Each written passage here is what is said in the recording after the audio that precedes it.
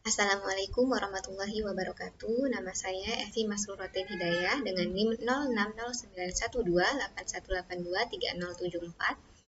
Saya akan mempresentasikan proposal penelitian calon judul skripsi dengan judul jumlah stomata dan kadar klorofil tumbuhan padi Oryza sativa berdasarkan perbedaan kondisi lingkungan di Desa Trimorejo, Oku Timur dan sumbangannya dalam pembelajaran biologi SMA kelas 10. Dengan dosen pengampu mata kuliah karya tulis ilmiah yaitu Bapak Dr. Mas Agusti Brani, MSI, dan Ibu Nika Anggraini, MSc. Program Studi Pendidikan Biologi Fakultas Keguruan dan Ilmu Pendidikan Universitas Sriwijaya tahun 2021. Baiklah, saya akan menjelaskan latar belakang.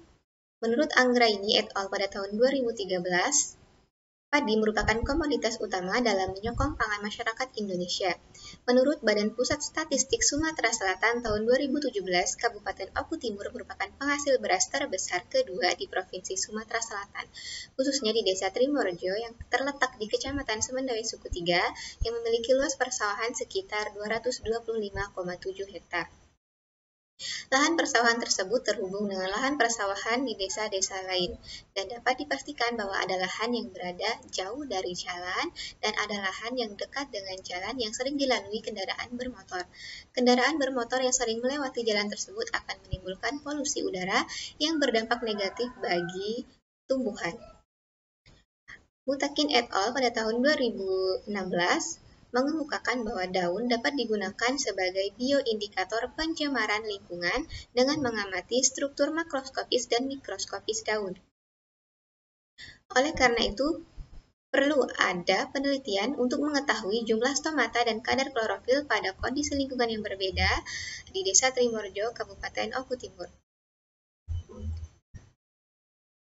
Untuk rekam jejak penelitian yaitu dari Mutakin et al. Pada tahun 2016 yang melakukan penelitian terhadap stomata daun mangga Mangifera indica berdasarkan perbedaan lingkungan dengan hasil bahwa kerusakan stomata pada daerah yang terpapar polusi lebih besar. Dan penelitian yang dilakukan oleh Patrick D. terhadap kadar klorofil pada 3 spesies tanaman lahan basah dengan hasil yang menunjukkan bahwa terdapat perbedaan jumlah klorofil pada spesies dan umur tanaman yang berbeda. Hasil penelitian ini akan menjadi sumber belajar berupa LKPD pada materi biologi SMA kelas 10, KD 3.10 dan 4.10 perubahan lingkungan. Untuk rumusan masalah yang pertama yaitu bagaimana perbedaan jumlah stomata permukaan atas dan permukaan bawah daun padi Oryza sativa berdasarkan perbedaan kondisi lingkungan di Desa Trimorejo, Oku Timur. Dan yang kedua, bagaimana perbedaan kadar klorofil daun padi Oryza sativa berdasarkan perbedaan kondisi lingkungan di Desa Trimorejo, Oku Timur. Lalu ada batasan masalah. Yang pertama, sampel yang digunakan adalah daun padi Oryza sativa, yaitu daun ketiga dari daun termuda, dengan jarak dari jalan yaitu 1 meter, 50 meter, dan 100 meter. Parameter yang diamati adalah jumlah stomata bagian atas dan jumlah stomata bagian bawah, serta kadar klorofil daun padi Oryza sativa. Tujuan penelitian yang pertama untuk mengetahui perbedaan jumlah stomata permukaan atas dan permukaan bawah daun padi berdasarkan perbedaan kondisi lingkungan di Desa Trimorejo, Oku Timur. Yang kedua, untuk mengetahui perbedaan kadar klorofil daun padi berdasarkan perbedaan kondisi lingkungan di Desa Trimorejo, Oku Timur. Lalu ada manfaat penelitian yaitu bagi pendidik sebagai sumber informasi dan bahan tambahan pembelajaran berupa LKPD untuk materi biologi kelas 10, KD 3.10 dan 4.10 yaitu materi tentang perubahan lingkungan. Lalu untuk peserta didik diharapkan dapat meningkatkan rasa kepedulian terhadap lingkungan sekitar, dan bagi peneliti sendiri dapat menambah pengetahuan dan sebagai bekal untuk menjadi pendidik di masa mendatang.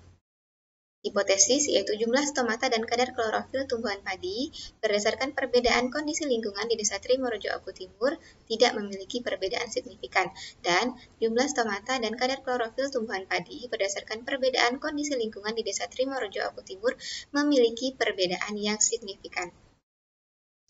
Untuk metodologi penelitian ini menggunakan bersifat kuantitatif dengan metode deskriptif, dan rancangan yang digunakan dalam penelitian ini adalah rancangan acak kelompok dengan faktor yaitu jarak tanaman padi dari jalan yang dilalui kendaraan bermotor dengan 3 level, yaitu dengan jarak 1 meter, 50 meter, dan 100 meter. Setiap perlakuan terdiri dari 3 kali pengamatan.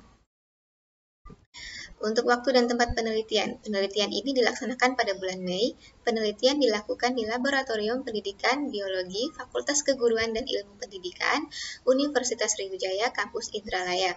Pengambilan sampel daun padi dilakukan di Desa Trimorejo, Oku Timur, dan penelitian ini dilaksanakan selama 1 bulan. Berikut merupakan alat dan bahan dalam penelitian ini. Untuk prosedur penelitian, yang pertama yaitu studi literatur, yang kedua survei lokasi, yang ketiga persiapan alat dan bahan, yang keempat pengambilan sampel, yang kelima tahap penelitian di laboratorium, yang keenam analisis data, dan yang terakhir pembuatan LKPD. Untuk pengambilan sampel yang diambil yaitu daun padi. Yang dijadikan sampel adalah daun ketiga dari daun termuda dengan 3 level jarak, yaitu 1 meter, 50 meter, dan 100 meter. Untuk analisis data menggunakan ANOVA dengan taraf uji 5% dan dilanjutkan dengan uji BNT jika terjadi perbedaan nyata. Terima kasih. Sekian yang dapat saya sampaikan. Mohon maaf apabila ada kekurangan. Saya akhiri. Wassalamualaikum warahmatullahi wabarakatuh.